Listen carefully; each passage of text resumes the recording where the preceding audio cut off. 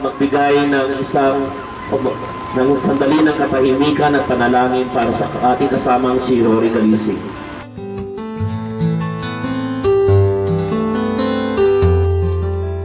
Moto Commissar number 1. Siya po ay isang kaibigan at matalik po na kasama ng marami sa atin dito. He is one of us.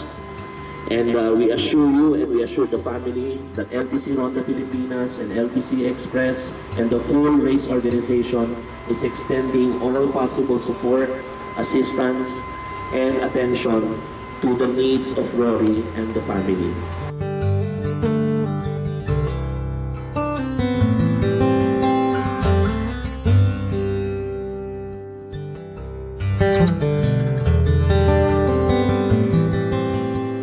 Maraming salamat. Ang nais po ipaabot ng LBC Ronda Pilipinas sa lahat po ng mga opisyal, ng staff, ng mga riders and teams.